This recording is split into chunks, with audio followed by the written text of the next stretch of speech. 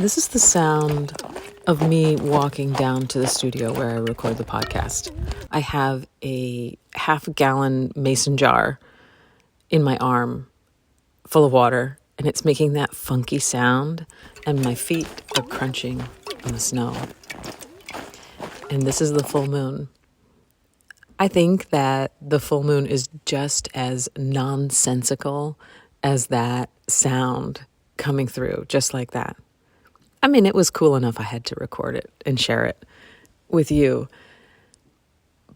But this full moon for me feels like, oh, I'm not giving advice. Oh, so sorry. So sorry. So sorry. I want to say too bad for you in this podcast that I predict, feel, intuit.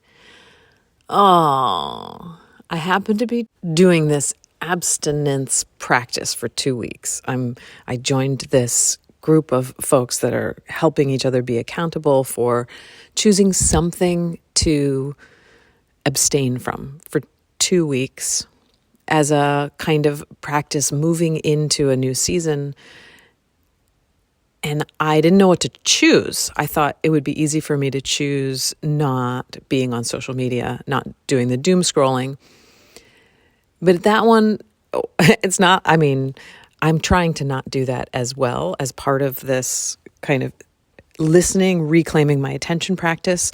But the one that came up for me was do not give advice or share intuitive hits. And I've shared this with a couple of people, and two of my close people said to me, but that, I love your advice, which is like fuel for my addiction, right? If this is an addiction, but let's just say it's a habit. So this habit of mine of being in relationship and conversation and offering advice, and sometimes I wrap it up in a pretty little bow called intuitive hits. Sometimes it's a way of me withdrawing my vulnerability from the relationship or the conversation. And I'm only seeing that now.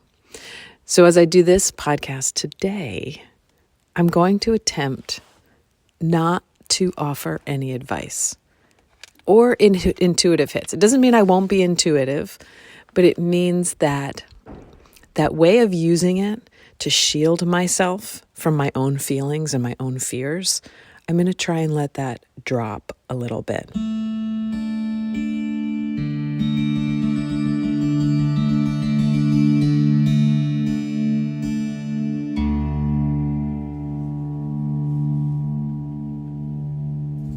What is going on anyway?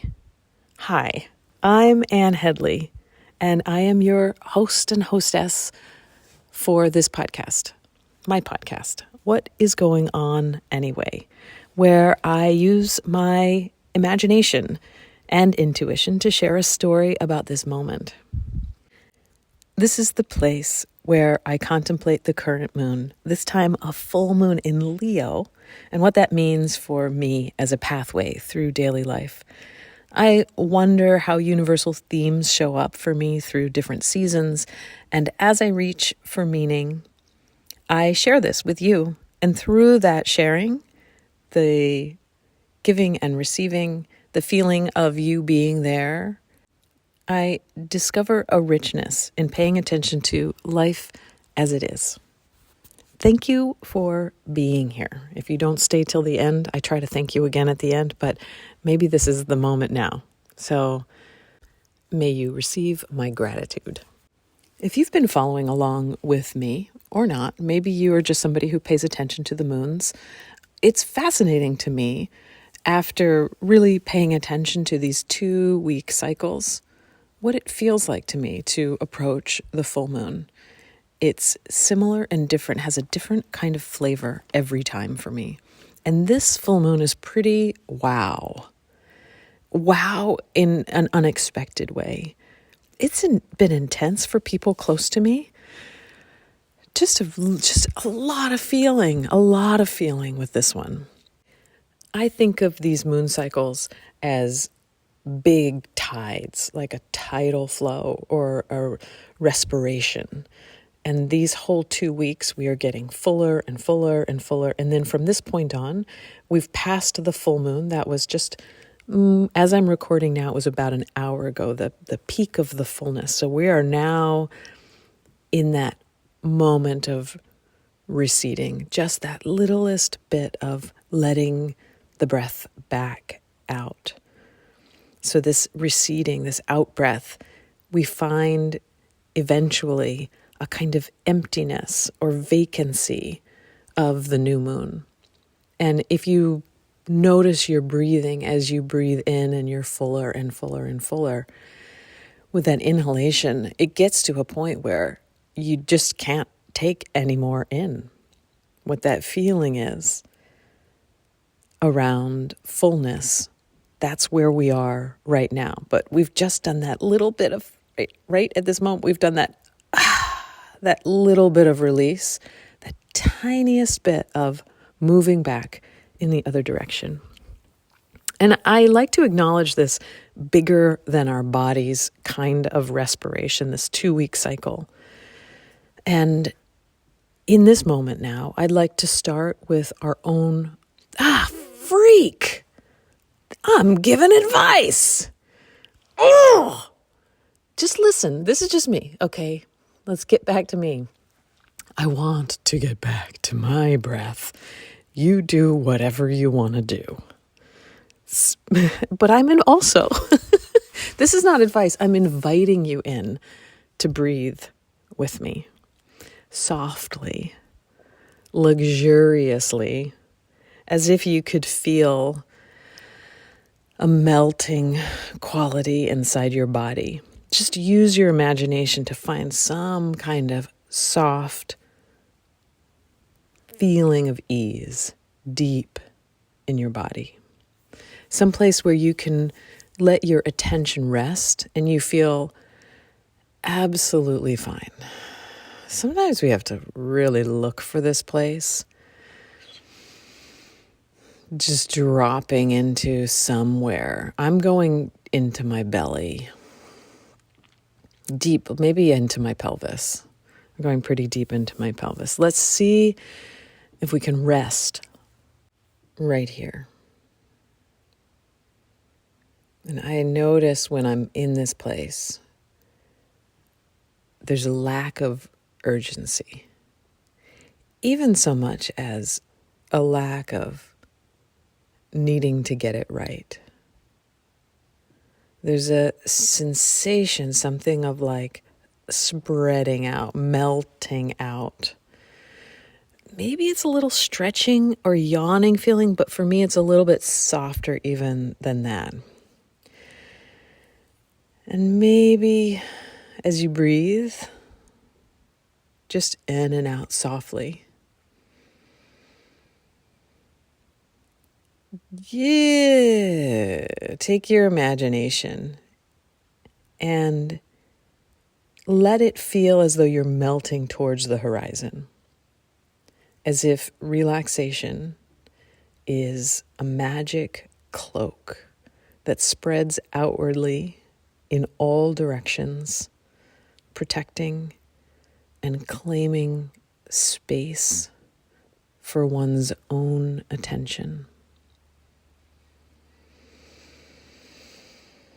And then once you've reached your attention out, spreading outwardly, horizontally, then there's a moment of setting an anchor, and setting an anchor with our breath. I'm breathing in and receiving the air, receiving that fresh new breath. And then exhaling and letting it go. And as you exhale, it's just the continuous practice of, this is how I let go. This is how this is done. This letting go that we all talk about, it's just a letting go because there's really nothing else to do.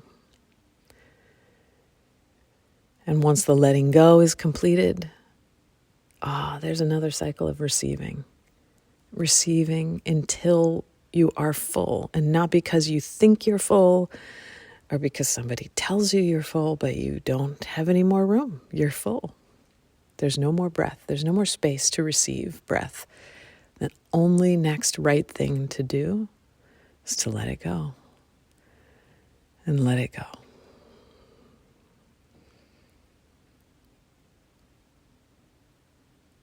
So today, this full Leo moon, even if you're listening to this long beyond this full moon, this is just marking. It's making a mark in time that staying here inside of my own attention has a deep value moving forward. That this is part of my story of reclaiming my inner space, allowing my attention to fall into my body.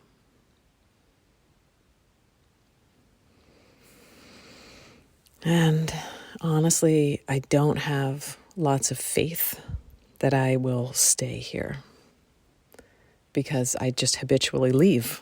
I'm especially good at convincing myself that some shiny new thing is some treasure out there will bring me more pleasure than that deep ease inside my belly. So this place of holding attention in a center grounded space, I'm going to see if I can hang in there and just hold my own attention. I just really, really love to swing my attention around like a monkey. And I'm sorry to the monkeys. I don't mean disrespect to monkeys. I'm just talking about that playful, capable way of being up and down and all around, the way monkeys have just this incredibly agile and strong body. They can go anywhere. And sometimes I feel that way about my attention. I love flying around. However, there's something missing when I'm using it as a way of trying to find that center ground through other things and objects and ideas rather than feeling it in my own body. And when I am endlessly scrolling, I'm looking for it somewhere else. I am allowing myself to believe I'll find a sense of wholeness and ease and center ground if I just learn one more thing. If I just listen to one more perspective, something will click. And I'm wanting, with this full moon, to turn that around. And this is so uncomfortable for me that I have to do it as a practice of abstinence. So it's not just for me not giving advice and not sharing my intuitive hits. It's also asking myself to stay, just to stay with myself. And there's so many ways that I try to escape my own feelings. It really is about space for my feelings. So I want to stay put for a moment and see what that brings me. And looking at a thing is sometimes not so pleasant, you know? I've been trying this and I feel myself failing just as I have, even recording right now. And I see how I use advice as a way of not really listening to me, to myself. Not so much like I could feel terrible about how I'm not listening to the people in my life, but it really comes back to me. I'm not listening deeply to my own responses to the moment. I'm sort of saying, I'll caretake that. Oh, you don't have to get sad or mad, or you don't have to have so many feelings. Let's just do this sort of masking thing and cover it up for a while. Until when, I don't know. So this, I don't know what I'm saving it up for later. So what I'm seeing is it's just another way of avoiding feeling vulnerable. Like it's almost like I don't quite trust myself. I don't feel safe enough, which is totally valid. That too. So I'm learning. It's like I'm learning a new instrument. What would it be like to know and believe I'm safe, and then to let myself really be in the moment? I think I just need to give you an example. I'm just sort of flailing. I was sitting with a friend who happens to be just imminently, fully pregnant. This full moon is like doing stuff, really, really full. And I felt that intuitive hit desire. Like I just wanted to smoke a cigarette because I was aware of this. Just this total feeling of addiction that came over me. I just sat there and recalled my attention, just giving myself more time.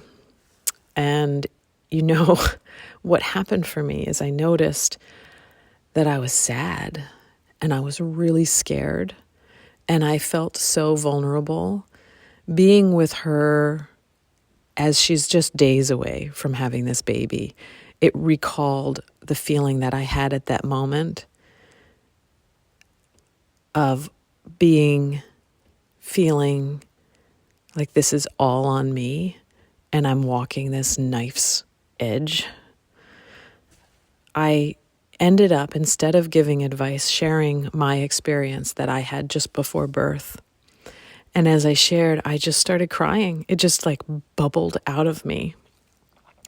It was such a tender time for me, knowing that I had to accept whatever may come, and knowing that one real outcome could be death of the mama and the child. And by not giving advice, it gave me a moment to just sit there and feel how precious this moment was and is. Oh, it brings tears to my eyes again. Maybe life is really a lot to see, feel, and be in the moment of, moment after moment. So I cried, and she gave me space to cry, which was really, really generous. I could feel my proximity to her tender vulnerability. Mostly, I noticed that wanting to interrupt some deeper flow that's happening in me, and I want it to be all about the other person and not about me. I think that's just ways of me avoiding my own vulnerability. I'm not completely sure how to make this bridge between these two things, but the next part of this full moon for me is about value. I guess the bridge is that when I'm able to stay with my thoughts and feelings, it's valuing my own experience as equal to another's. Sometimes, honestly, my advice giving and intuitive hits is a way of saying, your well-being is more important than mine. Let's use this advice or this intuition to solve problems outside of myself, and then maybe it'd be safe to go back to me. And so I'm trying to flip that on its head and say, if I can attend to mine, or question this really, question that belief that other people's well-being gives me the open ground to take care of my own, and question that if I took care of my own, then I would at least be attending to my space in the field and contributing to the well-being of all by managing my own first. It's like codependence 101, I know, but I'm just seeing it in a different way than I really ever have before. And this part of the full moon has been kind of poking at me for a while and that it's one of the things I'm wondering about is around value and what really is valuable to us, and then the lies we tell about other objects and ways of spending time that we are offering value to that actually don't hold that value from the inside out.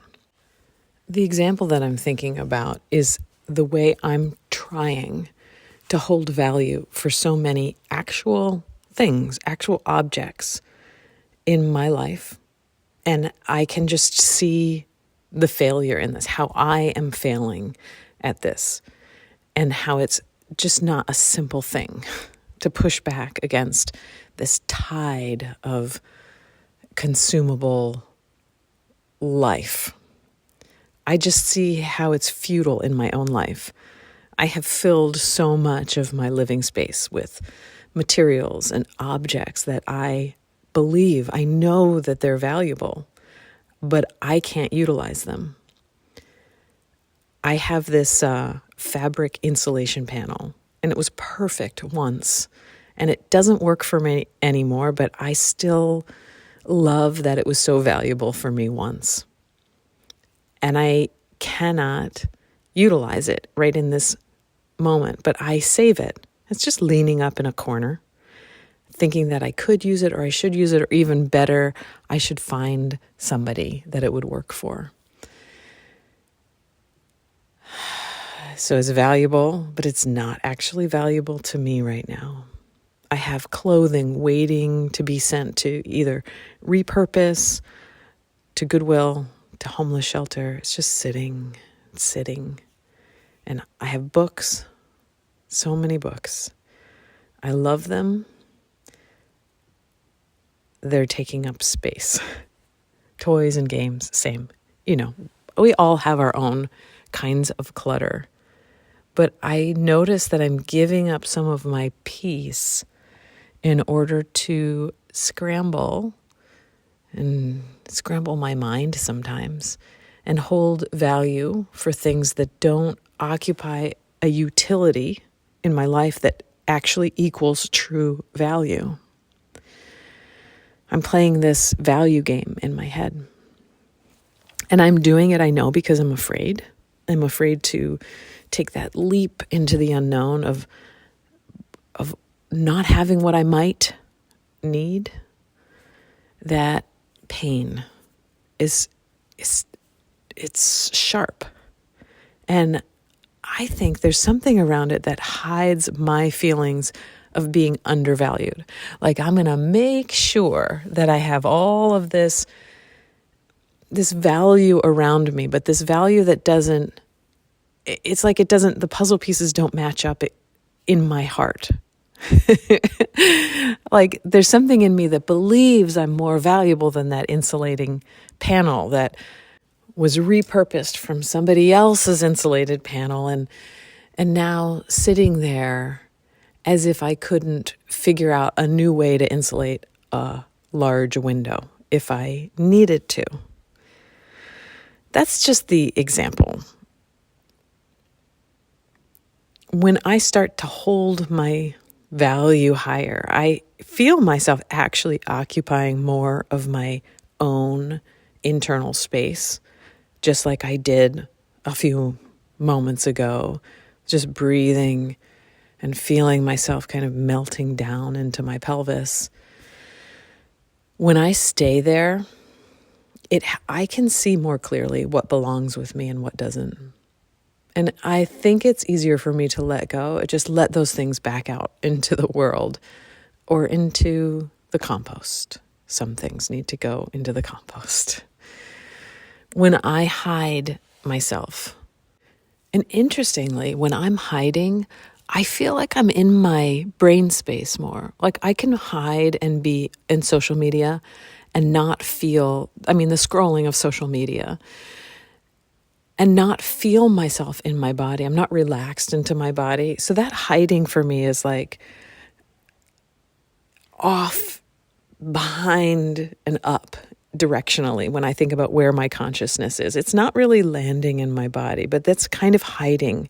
When I'm doing that, I notice that I keep things. I keep objects and clothing and material items. I keep them close. Like I've got my arms out, like I'm pulling them in, like I'm chipmunking them around me, almost as if I'm preparing that if I ever did emerge as my true self, I might need those things.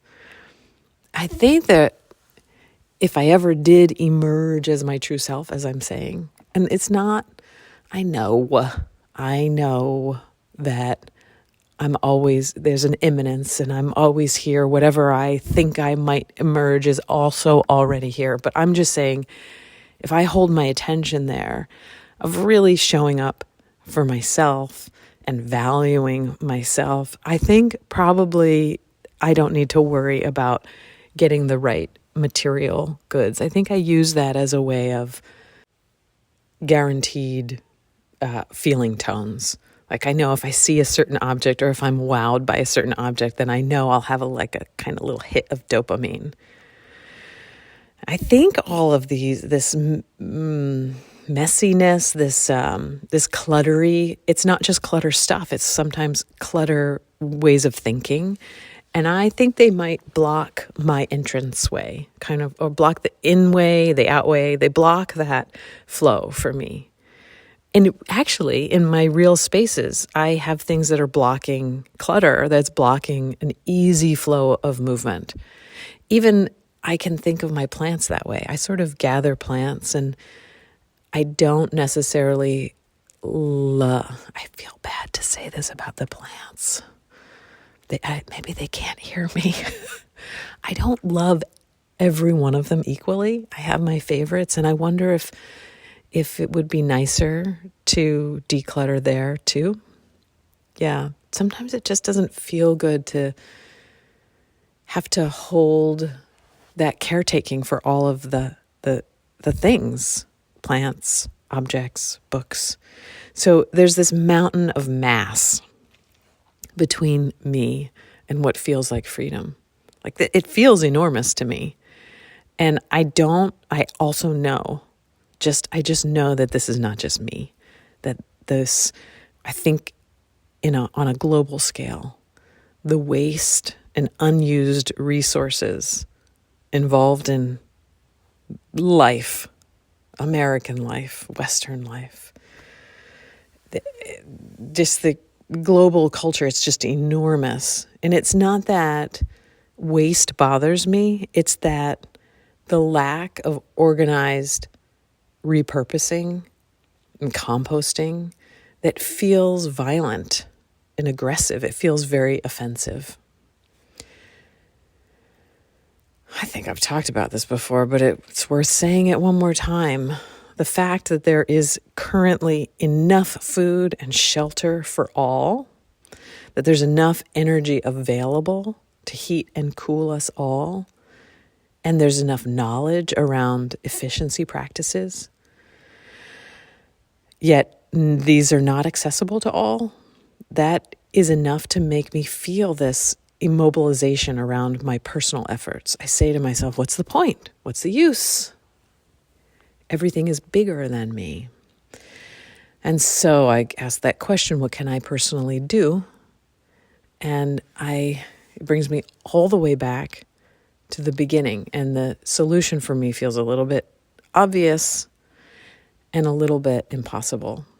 And what I come back to is fill my own personal space, my body space, my mind space, with my own spirit. Fill my life with the occupation of my soul. Fill my life with the occupation of my soul, meaning like I want to occupy my body with my soul. I don't want to put it off. So if I am letting the fullness of myself make decisions, if I'm creating a life that serves my innocent spirit, that one that always had some kind of enthusiasm for life, the one that wants to be here, that part that wants to be here, that part that is undaunted by messes and piles and emotional turmoil, the one that sees everything as potential. Could that be a way of, could that be my activism? I think that's what I'm asking. Could me occupying myself be a way of reclaiming something that I have given to the world freely, my attention? And I'm talking like social media, honestly. Social media works because people are willing to donate hours and hours of time and attention. They're selling your attention. They're selling ads because they've claimed your attention. It becomes this like incredible way of thinking, oh my gosh, I reclaim my own attention. There's a power in that if everyone were to do that. And this is a little right turn here. But the next thing that came up for me as I was making my way through these mind wanderings is, that equation, Einstein's theory of relativity, E equals mc squared. Energy equals mass times a big number, the constant of the speed of light squared. That's just a giant number. And that just made me think about there is enormous potential here. I had to look this up, but to give a sense of scale, if you or I could convert just 1 kilogram of mass completely into energy, so like a little stack of books for me, you'd get 90 quadrillion joules of energy, roughly equivalent to the energy released by 21.5 megatons of TNT, or more than the annual electricity consumption of many countries. This is just a thought experience. Mass and energy are essentially two forms of the same thing. That's what this equation tells us. Mass, all the junk in my house that feels like it's holding and occupying space and keeping me from thinking clearly sometimes. It's essentially the same thing as energy. And one can be converted into the other. Okay, I don't know how any of this stuff works, and this is getting a little bit beyond me, but the thought experiment for me is if I transform the way I occupy my own self and I interact with the mass that I interact with, the cup, the bench, the pen, differently, and with a different kind of relationship, I wonder if I myself would feel a little bit more energized. That's such a simple way of thinking about it, but I wonder if I would have a different relationship with energy. And one last little thing, image for me right now around this full moon is like this feeling of a cloud. It feels like a little bit chaotic to me. This sensation, this powerful energy cloud around this full moon. And powerful energy clouds maybe don't feel great to be inside of. What's that thing called when, maybe that's not a thing, but when fuel is burned and it billows out and there's smoke and fire everywhere, and then the rocket launches. That's the feeling of this right now, that it looks chaotic, but it's a little easier to handle all that chaos when you know that the point of all that smoke and fire and sound is to launch a rocket. Imagine if rockets were invisible and we just saw a fuel cloud and we had to deal with all the destruction of what that fuel cloud was doing.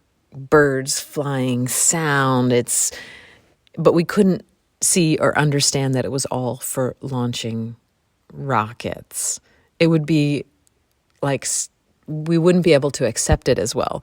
But it is a crazy mess when actual rockets, space shuttles are launched, and we accept that because we see the point of it is to send a rocket off into space. Now, in this metaphor, rockets are benevolent, which I don't know if it's a good thing or not to send rockets into space, but the metaphor about making rockets be a way of launching into different atmospheres of thinking, if that works, then sometimes there's going to be a crazy cloud mess of chaos while we move into different ways of, or different atmospheres. Let's keep the metaphor going, of thinking, like what I'm trying here to do to turn value on its head.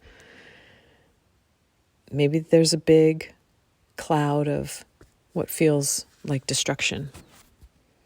And as I turn this sense of what is valuable to me, turn it around inside of myself, I think it's really an important time to also realize that all the corporations that we interact with in our lives, those relationships ought to be reciprocal. I mean, it's a funny thing to think about Instagram paying us to scroll, but we ought to be considered that way in all of our relationships with larger corporations in our lives. And I think when we start to think that way collectively, we may make different decisions. You know, the current model is that consumers are replaceable, constantly replaceable. And so there's not a responsibility for that relationship. And I wonder what would happen if there was more demand for responsibility, integrity, and the realization that everyone matters. Let's see what the I Ching has, because I'm not offering advice or intuitive hits today, clearly. Let's see if the I Ching will do it for both of us. Okay, I Ching, would you please give us some advice and intuitive hits? We get, and I specifically said, what is your advice and intuitive hit for us for this next moon cycle? 35, advancing. Questions. What gifts and opportunities have you been given? How can you make the most of them? Is this advice if I say what I think? My gifts in this moment is the gift of attention, the gift of staying with myself, whatever that may mean. But just staying, just occupying my own attention, reclaiming my own focus is the gift of this moment for me. And it moves to hexagram 27, nourishment. And the questions to ask are, what would nourish you? How is your hunger motivating you? If you accept this as nourishment, who will you become? I will become myself, like that. Just not that I'm not already that, but I will become like inside out. And I guess the question I have about that is, am I strong enough and brave enough to let my insides show on the outside? I don't know. I'm willing to try, though. And that is the podcast. Until next time, we get a new moon. I love those new moons. I love diving down. I love that out breath to a new moon and the anticipation of the next in-breath. You can reach out to me always at www.annheadley.com. You can support me on Patreon. That's patreon.com/watermoonstudios. Thank you again for being here. May you be well, and may you know peace. And may all beings everywhere, whether known to us or not, may they be well, and may they know peace. Bye for now.